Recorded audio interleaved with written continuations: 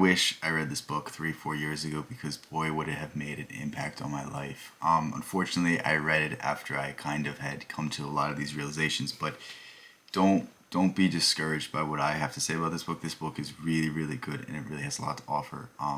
It's The Courage to Be Disliked. I realized I didn't say the title. It is by Ichiro Kishimi and Fumitake Koga. I butchered both those names. I'm sorry about those authors, but this is a really good book. And I'm going to talk a little bit about the style. I'm going to talk about a little bit about the ideas that were in this and the things that resonated with me because I think if you're somebody that's misguided, I think if you're somebody that's looking for more, that feels like we live in a shallow world, it's definitely a book for you. So basically the style is that there is this philosopher and there is this young boy, and this young boy kind of seeks out this philosopher, doesn't really know what to expect, doesn't really know what to think, but goes there and begins asking questions, begins asking, things such as the meaning of life, what is the purpose of things, how do I direct my life in the right direction, those sort of generic questions that we all ask ourselves at one point in our lives. And, the boy is kind of thrown for a loop because constantly his ideas are brought to a head. Constantly he's faced with realities that he otherwise would not be able to make sense of. And the basis of the philosophy is interesting because the philosopher uses it's Alfred Adler. It's Adlerian philosophy. I don't know how to say it exactly, but Alfred Adler is one of the top three. Like there's three really huge figures in psychology. There's Alfred Adler, as I just said. There's Carl Jung, and then there's Sigmund Freud. They all kind of split their own way. They were early on all together, but Adler kind of went his own way, and he's kind of been overshadowed because Freud, obviously, he had the institutional backing. Jung is his own animal who was a tremendous writer and one of the smartest men who ever lived, and Adler wasn't quite as good of a writer, and he really didn't enjoy that format as much, so that's why he's kind of taken a backseat if you haven't heard of him. But anyway, some of the ideas were also echoing, Platonic or Socratic ideas, and I thought it was a really fun style because it really was a Socratic method. It really was a book that was more or less a Platonic dialogue, but it wasn't so much focused on the story, which I think Plato, in certain regards, it kind of takes away from the philosophical depth because it's a story, whereas this one is purely a conversation between a wise sage and a young person that's looking for guidance. So now we'll get into some of the ideas that I found interesting. So overall, what this book is talking about. So obviously the title, we'll talk about that first, The Courage to Be Disliked, and what does this mean? The essential point of the book is purpose, is freedom, is living a life that you're happy with, living a life that you're fulfilled with. And, more or less what this is talking about is a person that is able to be disliked is a person that can be happy, is a person that can be free. Because if you're not capable of facing criticism, if you're not capable of going against the grain, then you will never live a life that is authentic. You will never live a life that is free. You will always be subservient to what the popular trends are, the things that you have to like because other people like them, things that you have to do because other people are doing them. The societal trends and the societal norms that push you down a certain path and force you to take certain steps that take you out of alignment with who you really are and ultimately lead to a lesser version of yourself. And, there's all sorts of interesting ideas when it comes to freedom. And another interesting idea that I found was the idea of treating everyone like comrades. And I know this word's somewhat jaded now because there's like this big rise in like socialism, communism. It's not talking about that. What it's saying is, think about when you see somebody else do something good. And when you see somebody else do something good, do you immediately celebrate them or do you immediately get jealous? And obviously, in certain regards, we're all hooray for our friends. But like when somebody you don't like is successful with something that you don't have, how do you feel about them? And in truth, if you are jealous, if you are angry, if you are upset, you are only hurting yourself. Because to see someone else's success is to see your own success. Because if someone else can do it, especially if you don't think very highly of them, it means you can do it as well. And this is an idea that I learned from Emerson, and this is why I say I wish I read this book years earlier, because a lot of these ideas are just echoing other ideas that I've seen. I've studied Plato, I've studied Socrates, I've studied, Emerson or Nietzsche. These aren't novel ideas to me, but I think they're applied in a very simplistic in a very effective manner. And the examples are tremendous all throughout this book. But, time and time again, I was impressed. And, the next thing I want to talk about is the idea of a horizontal relationship versus a vertical relationship. So there's a point where the youth is basically talking about being raised and kind of being taught a certain way and being rewarded in a certain way. And the philosopher more or less says that any sort of relationship that's hierarchical is not one that you want to be a part of, because you're immediately comparing yourself to others. And the moment you start comparing yourself to others, you're living in the frame of the world. You're living in a frame that you can never measure up to, because you can look at everyone else and point to something that they have that you don't have. And you're overanalyzing yourself. You're saying you can't do this or this or this, or Teddy Roosevelt said it best: comparison is the thief of joy. The moment you start comparing yourself and saying you're better than this person, well, guess what? You're going to look to the person that's better than you, and you're going to find just as much shame that you're trying to impart onto this other person. And it's really just a cyclical thing that we need to get out of. And this is what the philosopher says about horizontal relationships, in that everyone exists on the same level. Everyone's on the same plane. Everyone's doing their best, and your best is your best. My best is my best. We might be gifted at different things, but that doesn't make me more valuable than you. If anything, it's equal, and we should uplift each other. Again, back to this idea of treating people like comrades and breaking free from the paradigm of existing for other people.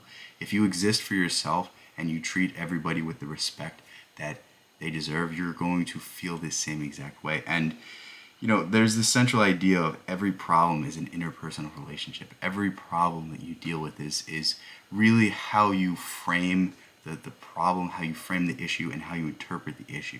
And more or less what this is saying is that, you're insecure because it's built up in your head that you need to be this kind of person because people have told you this, or society rewards this kind of thing. And the moment that you get over it, the moment you stop fixating on it, is the moment that you can elevate above these things. And there's a very significant point in the book where, the philosopher is talking about one of his disciples, and one of his disciples said, I have this problem with blushing, and, I get really nervous and all of these things. And the moment that I get over this thing, then I will do this thing.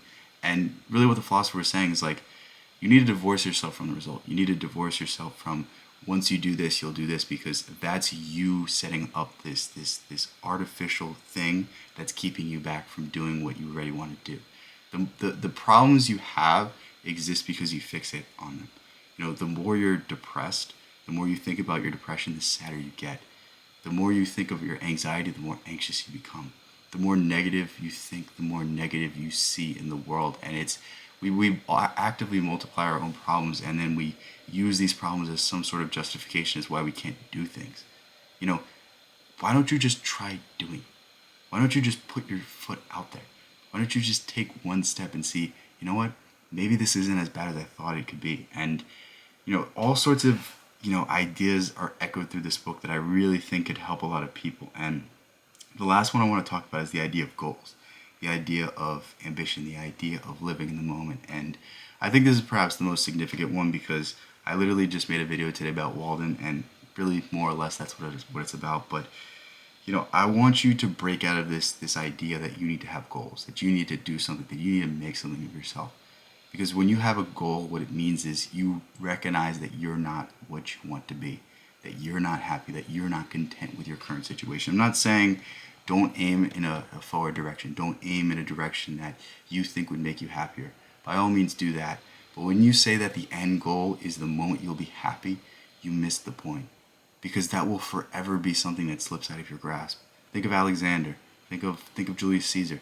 Think of the countless dictators and the countless conquerors who tried to conquer the world, and in the end, it slipped out of their hands, and it was their ambition that was their greatest downfall. And all along the way, they did not understand that they already had what they wanted.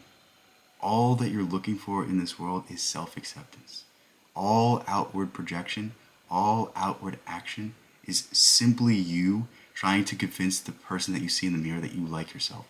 That maybe if I make this amount of money and these amount of people say I am worthy, then I will love myself. Isn't that so sad?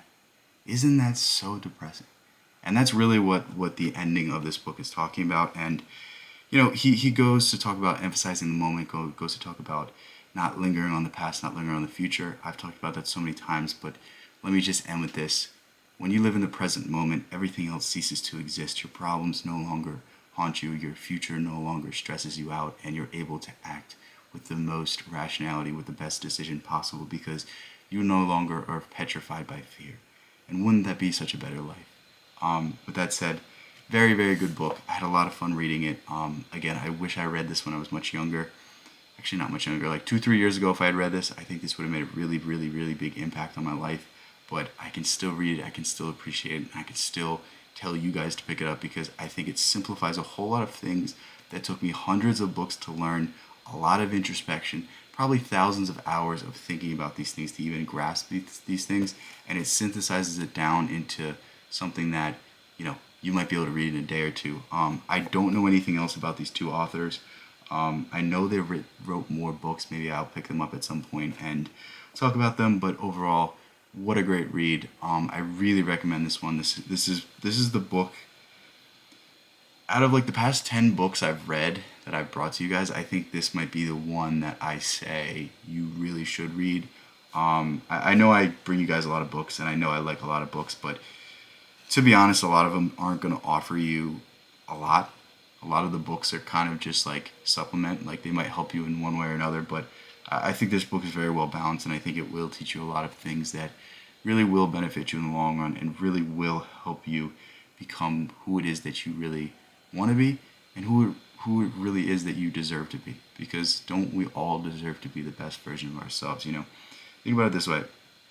If you're the best version of yourself, then you can be the best version of yourself to the people that you love, the people in this world. And this is entirely what Gandhi meant when he said, be the change you want to see in the world. Because if you change, then your inspiration, your symbol, your image will affect everyone else around you and countless generations of people through your example. And, that said, I love you guys so much. Thank you guys so much. If you want to read my book that I wrote, I can't remember when I wrote it, but it'll be the first link in the description of the video. If you want to join my school community where I try to write something every day, I try to write little essays or aphorisms or poems or stuff like that. That's something I'm actively adding to. There's a lot of stuff in there that you can already read from me. That link will be in the description as well. And yeah, if you like this video, if you enjoyed it, please consider sticking around. If you didn't and you made it this far, I hope you enjoyed your time. Yeah, peace out. I'll see you guys in the next one. Hopefully this was a good video. I enjoyed doing it. It was fun.